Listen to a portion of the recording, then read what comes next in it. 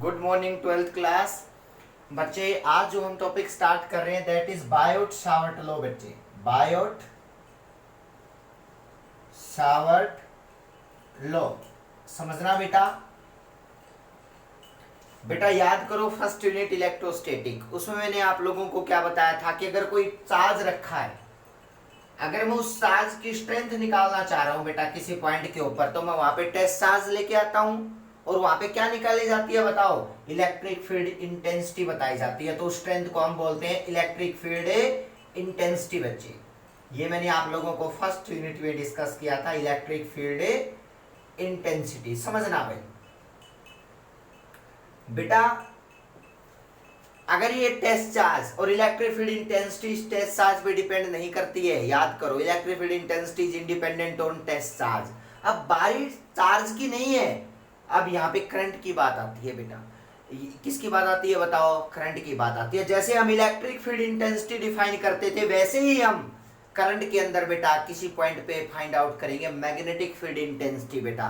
तो याद रखना मैग्नेटिक फील्ड इंटेंसिटी को डिफाइन करने के लिए जो फर्स्ट रूल आया ना बेटा, जो लॉ आया उसको बोलते हैं बायोट सावर्ट लॉ बेटा। क्लियर है बेटा, याद रखना। जैसे गोज लॉ अप्लाई करते थे ना, उसके अंदर गोज लॉ, कूलम्स लॉ, हम फोर्स निकालते थे, वैसे ही बेटा सेम चीज है यहाँ पे हम मैग्नेटिक फील्ड इंटेंसिटी निकालेंगे या मैग्नेटिक फील्ड स्ट्रेंथ निकालेंगे बेटा। तो लिख लो ये बात, Biot Savart law, Biot Savart law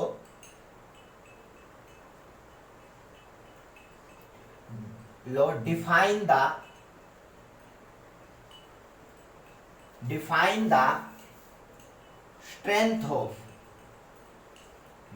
the strength of magnetic field बेटा। इसको मैग्नेटिक फील्ड इंटेंसिटी भी बोल सकते हो बेटा, strength of magnetic field at any point बेटा, ड्यू टू किसकी वजह से, due to current carrying wire बेटा।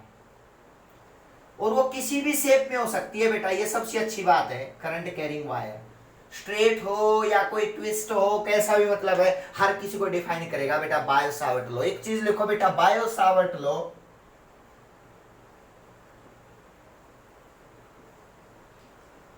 Define the strength of magnetic field, magnetic field, Biot Savart strength of magnetic field only for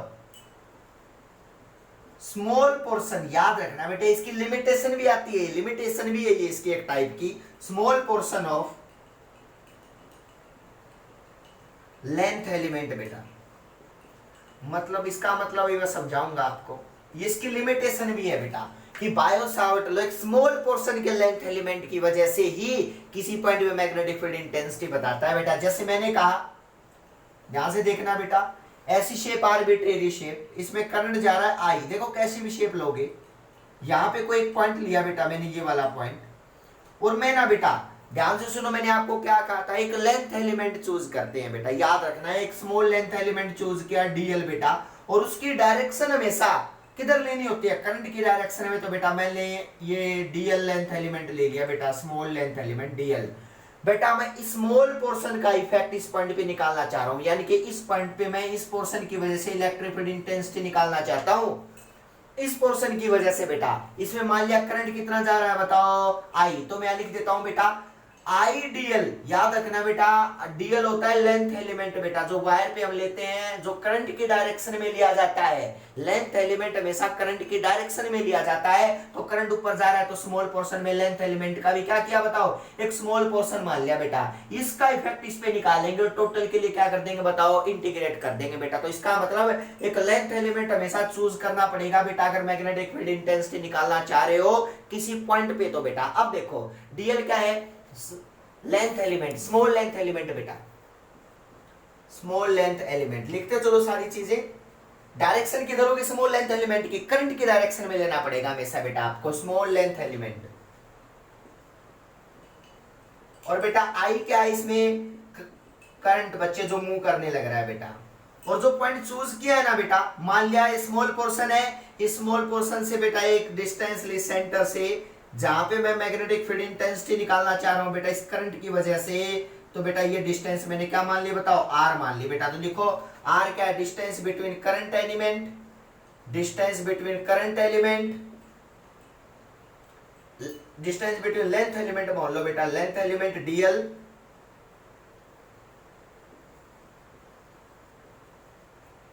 and point of observance बेटा, जहां पे observe करना चाहते हैं इलेक्ट्रिक फील्ड इंटेंसिटी की, एंड पॉइंट ऑफ ऑब्जर्वेंस। ये बात याद रखना बेटा, लेंथ एलिमेंट से, और कोई से लेंथ एलिमेंट तो एक लेंथ का होता है बेटा, उसके सेंटर से डिस्टेंस दिखा देना। आप मान लेना कि हाँ वो लेंथ एलिमेंट इतना स्मॉल है, उसके सेंटर से मान लिया वो जो पॉइंट है बेटा कितनी दूर है बताओ, आर स्मॉल है डिस्टेंस पे, जहां पे मुझे इलेक्ट्रिक मैग्नेटिक फील्ड इंटेंसिटी निकालनी है, मैग्नेटिक फील्ड इंटेंसिटी निकालनी है बेटा। इतना स्मॉल ऐसे दिखा नहीं रखा, लेकिन मैंने बिल्कुल स्मॉल लेंथ एलिमेंट होता है बेटा, मैंने थोड़ा सा बड़ा करके दिखा रखा है ताकि आपको समझ में आ जाए कि डीएल एक लेंथ है बेटा। इस छोटे से पोर्शन का इफेक्ट इस पे देखेंगे और टोटल के लिए इंटीग्रेट कर देंगे बेटा। समझ में आई बात? अब सुनो बेटा, मैं यहां ना मैं एक कंबाइंड वर्ड लिख रहा हूं बेटा, आइडियल। आई करंट को और स्मॉल लेंथ को मैं मल्टीप्लाई करके एक कंप्लीट वर्ड डिफाइन कर रहा हूं, इसको बोलते हैं करंट एलिमेंट बेटा। आपकी बुक के अंदर जो कंबाइंड वर्ड मिले आइडियल, करंट भी और लेंथ एलिमेंट भी दोनों मल्टीप्लाई हुए मिले ना, तो उस पूरे फैक्टर को बोलते हैं करंट एलिमेंट बेटा।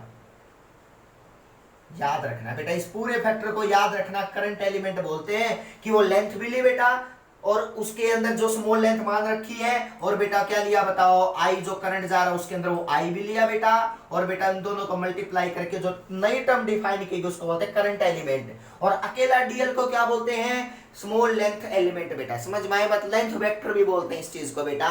और आई क्या है, करंट, आर है डिस्टेंस बिटवीन, क्या है बताओ, लेंथ एलिमेंट से लेकर के ऑब्जर्वेंस पॉइंट के बीच की डिस्टेंस ली जाती है बेटा। अब सुनना ये चीजें, ठीक है सर। अब एक चीज इंपॉर्टेंट और याद रखना, एंगल। और बेटा ये थीटा एंगल होता है, यहाँ पे थीटा ये एंगल होता है।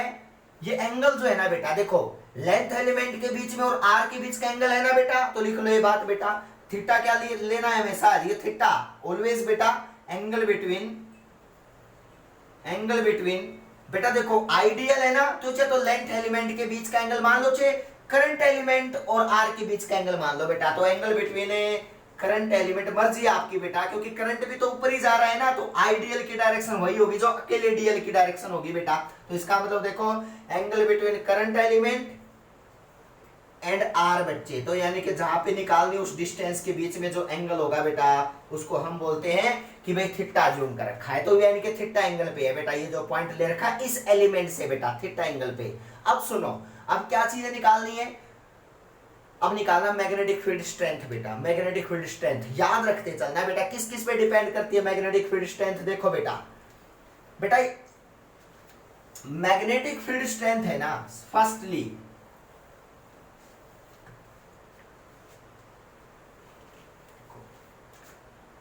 Magnetic field strength small portion की वजह से इस पॉइंट पे, तो बेटा मान लिया वो स्मॉल पोर्शन की वजह से मैग्नेटिक फील्ड स्ट्रेंथ डीबी मान लिया बेटा। लिख लो स्मॉल पोर्शन बेटा, magnetic field strength due to small portion, इसलिए स्मॉल वैल्यू ली है ना, और टोटल के लिए क्या करूंगा बताओ, इंटीग्रेशन करूंगा बेटा। तो इसका मतलब magnetic field strength due to small portion बेटा, magnetic field strength due to small portion बेटा, जो अज्यूम कर रखा है मैंने स्मॉल पोर्शन। अब समझना बेटा, स्मॉल पोर्शन याद रखना, मैग्नेटिक फील्ड जो स्ट्रेंथ है स्मॉल पोर्शन ये किस किस पे डिपेंड करेगी, डायरेक्टली प्रोपोर्शनल होती है बेटा करंट एलिमेंट के, मतलब आइडियल के। ये बात याद रखना बेटा, आइडियल के डायरेक्टली प्रोपोर्शनल होती है बेटा। अब आगे बढ़ते हैं, मैग्नेटिक फील्ड स्ट्रेंथ होती है ना बेटा, वो इनवर्सली प्रोपोर्शनल होती है यहां से यहां तक के डिस्टेंस के स्क्वायर के बेटा, तो 1/r स्क्वायर के। ये बात भी आप लोगों ने याद रखनी है। इस पॉइंट पे जो मैग्नेटिक फील्ड स्ट्रेंथ आएगी इस करंट की वजह से बेटा, तो देखो नेक्स्ट जो मैग्नेटिक फील्ड स्ट्रेंथ होती है ना बेटा, इस एंगल पे भी डिपेंड करती है थीटा के ऊपर, तो इसका मतलब थीटा पे भी डिपेंड करती है। तो ये बातें आपने याद रखनी है कि मैग्नेटिक फील्ड स्ट्रेंथ जो है ना बेटा, वो किस किस फैक्टर पे डायरेक्टली और किस किस फैक्टर पे इनवर्सली डिपेंड करती है। तो ये फैक्टर आपने याद रखने हैं बेटा। Magnetic field strength small portion की वजह से इस पॉइंट के ऊपर इन फैक्टर भी डिपेंड करती है बेटा, आई पे भी, डीएल लेंथ एलिमेंट पे भी बेटा, और ये लेंथ एलिमेंट और अगर मैं पूछूं तो आर की इनवर्सली है बेटा, आर स्क्वायर की इनवर्सली है, थीटा पे भी डिपेंड करती है कि पॉइंट कहां ले रखा है मैंने, थीटा पे भी डिपेंड करता है बेटा, तो थीटा। तो ये सारी चीजें आपने नोट करनी है। आप तीनों सबको एक साथ लिखेंगे बेटा, जब इनको एक साथ लिखेंगे तो रिजल्ट क्या आएगा बताओ जल्दी से, जब इनको एक साथ मेंशन करेंगे तो रिजल्ट क्या बन गया बताओ, बिल्कुल इजी है बेटा, dB is equal to small portion का आया बेटा proportional to ideal theta upon are square. बेटा अगर थीटा स्मॉल है ना तो अप्रोक्सीमेटली इसको साइन थीटा भी लिख सकते हैं बेटा, कई जगह पे थीटा स्मॉल होगा तो इसको साइन थीटा लिख सकते हैं, जब थीटा स्मॉल होता है तो थीटा साइन थीटा थीटा ही बोला जाता है बेटा। तो इसका मतलब dB इज इक्वल टू आपका आया बेटा I dl sine theta upon are square बेटा, स्मॉल पोर्शन है तो इसलिए साइन थीटा यूज कर दिया स्मॉल एंगल के लिए बेटा। अब देखो dB इज इक्वल टू बच्चे यहां के लगा दो, के ideal sine theta by R square, और याद रखना बेटा ये स्मॉल पोर्शन की वजह से मैग्नेटिक फील्ड आ जाता है बेटा, किस पॉइंट के ऊपर बताओ, पी पॉइंट पे, जो कितनी दूर है बताओ, आर डिस्टेंस है करंट एलिमेंट से बेटा, आर डिस्टेंस के ऊपर। अब बात करते हैं नेक्स्ट बेटा, ये आपने याद रखना है, सारी चीजें नोट करते चलो। अब देखो बेटा, ठीक है सर, मैं यहाँ पे ये जो डायरेक्ट रिजल्ट है बस उसको रख लेता हूं, के डीएल। बेटा के की वैल्यू क्या होती है याद रखना, के की वैल्यू को हम बोलते हैं कांस्टेंट, और ये वैल्यू होती है म्यू नॉट अपॉन 4 पाई, म्यू नॉट अपॉन 4 पाई, याद रखना बेटा म्यू नॉट अपॉन 4 पाई, ये के की वैल्यू डिफाइन करता है इन एसआई सिस्टम बेटा, इन एसआई के अंदर के की वैल्यू जब यहां पुट करेंगे ना तो डीबी की वैल्यू कितनी आ गई बच्चे बताना, DB is equal to mu nought upon 4 pi ideal sine theta upon are square बेटा, और थीटा किस किस के बीच का एंगल होता है बताओ, डीएल और आर के बीच का एंगल है बेटा, देखो डीएल और आर के बीच का एंगल है। देखो बेटा अब यहाँ पे एक फॉर्मूला निकल के आया बेटा, म्यू नॉट होता है परमिटिविटी बेटा, सॉरी परमिएबिलिटी, परमिटिविटी होती ना, ऐसे परमिएबिलिटी इन वैक्यूम बेटा, इन वैक्यूम इसकी फिक्स वैल्यू होती है परमिएबिलिटी की 4 pi into 10 raise to power -7, 4 pi into 10 to power -7, unit निकालो बेटा, magnetic field tesla metre square ampere, यहां से यूनिट निकालो बेटा म्यू नॉट की, टेस्ला मीटर एम्पियर -1, और यहां पे बेटा आप लोगों का आएगा डीएल, यानी कि एक लेंथ हो गया मीटर बेटा, ये यूनिट बनेगी इसकी, आप लोग देख लेना बेटा परमेबिलिटी की, यहां से डिफाइन करते हैं, यहां से डिफाइन कर दो यूनिट को म्यू नॉट की बेटा, इधर मल्टीप्लाई हो गया, एक लेंथ से लेंथ कैंसिल होगी यार, मतलब मीटर बेटा, इधर मल्टीप्लाई टेस्ला मीटर, और बेटा जब यहाँ पे आएगा नीचे, यहाँ पे आई आएगा तो ऊपर जाएगा तो करंट की क्या होगी बताओ -1, तो आप लोगों ने इस तरह से इसकी यूनिट को डिफाइन कर देना है बेटा, ये म्यू नॉट की यूनिट होती है, वैल्यू फिक्स होती है हमेशा, याद रखो, परमेबिलिटी इन वैक्यूम होती है, जैसे परमिटिविटी को याद किया था वैसे इसको भी याद रख लो बेटा, परमिटिविटी तब आती है जब इलेक्ट्रिक फील्ड इंटेंसिटी है, यहाँ पे मैग्नेटिक फील्ड की बात कर रहे हो तो यहाँ पे परमेबिलिटी का नाम आता है 4.10 के क्रमशः, एक कांस्टेंट होता है बेटा, बस याद रखोगे एक कांस्टेंट लेना होता है यहाँ पे म्यू नॉट अपॉन 4 पाई, तो जनरल रिजल्ट हमेशा याद रहना चाहिए। अब बात करते हैं टोटल का इफेक्ट निकाले, तो इस पॉइंट पे तो इंटीग्रेशन बेटा, तो क्या बनेगा बताओ, DB is equal to integration of mu nought upon 4 pi बच्चे आइडियल साइन थीटा, और अपोन में क्या है बताओ आर स्क्वायर, लो भाई ये इंटीग्रेशन टोटल का इफेक्ट आ गया बेटा इस पी पॉइंट के ऊपर इंटीग्रेशन से बेटा। अब बात करते हैं नेक्स्ट, अगर मैं इसको इंटीग्रेट करता हूं तो जो रिजल्ट बदलते जाएंगे, नोट करते चलना बेटा, देखो टोटल का मैग्नेटिक फील्ड इस पॉइंट पे इंटीग्रेशन की वैल्यू बी आएगी बेटा, म्यू नॉट अपॉन 4 पाई तो कांस्टेंट है, उसके इंटीग्रेशन से बाहर लो बेटा, अंदर क्या रहेगा बताओ जल्दी से, आइडियल साइन थीटा अपोन में क्या है बताओ आर का स्क्वायर बेटा। याद रखना ये रिजल्ट, ये मैग्नेटिक फील्ड स्ट्रेंथ है बेटा, किसी पॉइंट पे निकालने का फॉर्मूला ये होता है बेटा, mu nought upon 4 pi integration of ideal sine theta by R square. अब बात आती है सर डायरेक्शन की, तो how we can find direction of B बेटा, सबसे बड़ा क्वेश्चन है how we can find the value. तो बता दी बेटा मैग्नेटिक फील्ड की कंप्लीट की वजह से पी पॉइंट के ऊपर जो आएगी वो ये आएगी बेटा, लेकिन अगर मैं magnetic field how we can find the direction of B बेटा। डायरेक्शन कैसे बताओगे, क्योंकि वेक्टर क्वांटिटी होती है मैग्नेटिक फील्ड स्ट्रेंथ बेटा। How you direction of B बेटा, सबसे पहले मैंने आपको बताया था क्रॉस प्रोडक्ट लेके आओ। क्या लेके आओ, क्रॉस प्रोडक्ट बेटा। और क्रॉस प्रोडक्ट क्या है, फर्स्ट की डायरेक्शन में फिंगर रखो, सेकंड की डायरेक्शन में मूव कर दो, या तो क्रॉस प्रोडक्ट बन सकता है। देखो साइन थीटा आया है तो क्या बन गया बताओ, B mu nought upon 4 pi बच्चे इंटीग्रेशन आई। लेकिन सर देखो ये जो एंगल होता है ना, ये एंगल तो डीएल और आर के बीच में होता है, आर तो कहीं है ही नहीं सर यहाँ पे, एंगल का क्रॉस प्रोडक्ट कैसे ले। तो बेटा एक यूनिट वेक्टर अपने आप बनाऊंगा। देखो बेटा ये क्या होगा, DL vector cross R unit vector बेटा, क्योंकि आर के साथ एंगल है ना साइन थीटा बेटा, तो इसका मतलब R unit vector. Unit vector क्यों लिया, क्योंकि आर है नहीं बेटा, आर और आर नहीं है तो इसका मतलब लेना तो मुझे पड़ेगा, क्योंकि एंगल किसके बीच में, डीएल और आर के बीच में। देखो यहाँ तो कोई आर है नहीं बेटा, क्रॉस प्रोडक्ट ले इसको बेटा, तो आई और डीएल है तो इसका मतलब आर मुझे खुद लगाना पड़ा बेटा। क्रॉस इसको खोलोगे ना तो सेम यही टर्म आ जाएगी, dl sine theta, A magnitude B magnitude sine theta, और आर का मैग्नीट्यूड यूनिट वेक्टर है तो क्या लिया बताओ 1 होता है, तो ये देखो फैक्टर सेम यही बन जाएगा बेटा। और आई मैंने बाहर लिया देखो बेटा, और अपॉन क्या बन गया बताओ, आर का स्क्वायर। देखो मैं डायरेक्शन के लिए सारी चीजें कर रहा हूं बेटा, इसका मतलब यही होता है बेटा डीएल साइन थीटा। मैंने यूनिट वेक्टर इन्वॉल्व कर दिया बेटा। अब कई जगह पे यूनिट वेक्टर इन्वॉल्व नहीं किया मिलता बेटा, आपको पता है क्या किया मिलेगा, समझना बेटा, इंटरेस्टिंग है बिल्कुल बेटा। आपको पता है यूनिट वेक्टर क्या होता है बताओ, यूनिट वेक्टर होता है वेक्टर अपॉन उसका मैग्नीट्यूड। लो बेटा ये होता है, इसका मतलब इस यूनिट वेक्टर को मैं यहां में पुट कर दूं बेटा, तो बताओ बी की वैल्यू क्या आ गई बताओ, बी की वैल्यू आ गई बेटा म्यू नॉट अपॉन 4 पाई, यहाँ पे बेटा आई को बाहर ले लो, कोई जरूरत नहीं बेटा आई की, अंदर इंटीग्रेशन ऑफ आई बेटा डीएल। अब देखो बेटा आर वेक्टर है ना, उस वेक्टर की जगह क्या लिखो, यूनिट वेक्टर की जगह वेक्टर प्लेस कर दो, आर वेक्टर अपॉन जब मैग्नीट्यूड पुट करूंगा तो आर बात ये भी आर आएगा और ये आर स्क्वायर पहले से तो आर क्यूब बन गया बेटा। लो याद रखना बेटा, वेक्टर फॉर्म में अगर मैग्नेटिक फील्ड स्ट्रेंथ लिखनी है तो इस तरह से आप लोग नोट करोगे। अब डायरेक्शन क्या है, देखो बेटा जो डीएल क्रॉस आर की डायरेक्शन होगी ना वही बी की डायरेक्शन होगी बेटा। मैं बता चुका हूं डीएल की क्रॉस बी, यानी कि बी की डायरेक्शन क्या होगी, B is in the direction of B. मैंने कहा था ना क्रॉस प्रोडक्ट में लेके आना हमेशा वैल्यू को। The direction of B is defined by DL cross R. अब सुनते बेटा डीएल क्रॉस आर डायरेक्शन कैसे बनेगी समझना बेटा। यहां पे ये याद रखना, सिंपल फॉर्म ये वाली, वेक्टर फॉर्म ये वाली बेटा, हमेशा याद रखना। क्या चेंज किया वो देख लेना बेटा, मैंने जो भी चेंज किए हैं, यूनिट वेक्टर इन्वॉल्व किया, यूनिट वेक्टर की वैल्यू हम जानते हैं, वेक्टर अपॉन उसका मैग्नीट्यूड आ जाएगा तो आर क्यूब बन जाएगी। तो ये वेक्टर फॉर्म के अंदर मैग्नेटिक फील्ड इंटेंसिटी आ गई इसकी पी पॉइंट के ऊपर बेटा कंप्लीट वायर की। अब सुनते हैं, देखो बेटा यहाँ बिल्कुल है।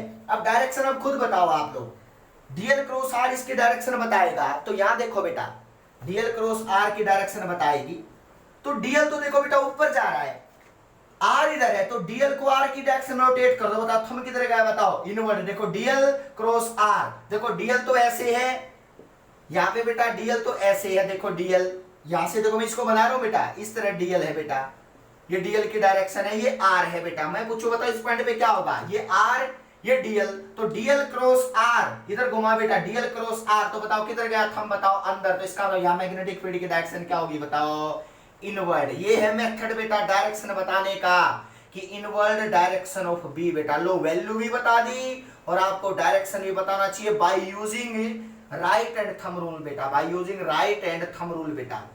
यही रूल आपको याद रहना चाहिए बेटा, right hand thumb rule. Thumb rule जो आपको क्या बताएगा बताओ, बी की डायरेक्शन डिफाइन करेगा बेटा, आप लोगों को बी की डायरेक्शन के बारे में बताएगा कि डीएल क्रॉस आर।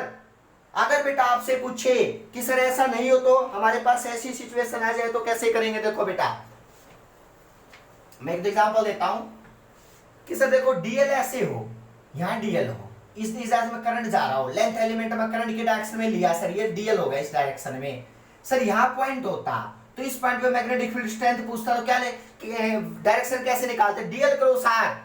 देखो डीएल ये आर होता है बेटा, तो इसका मतलब देखो सेंटर से वहां तक की डिस्टेंस आर, डीएल नीचे, तो डीएल क्रॉस आर करो तो किधर जाएगी बताओ, यहां भी इनवर्ड आएगी बेटा।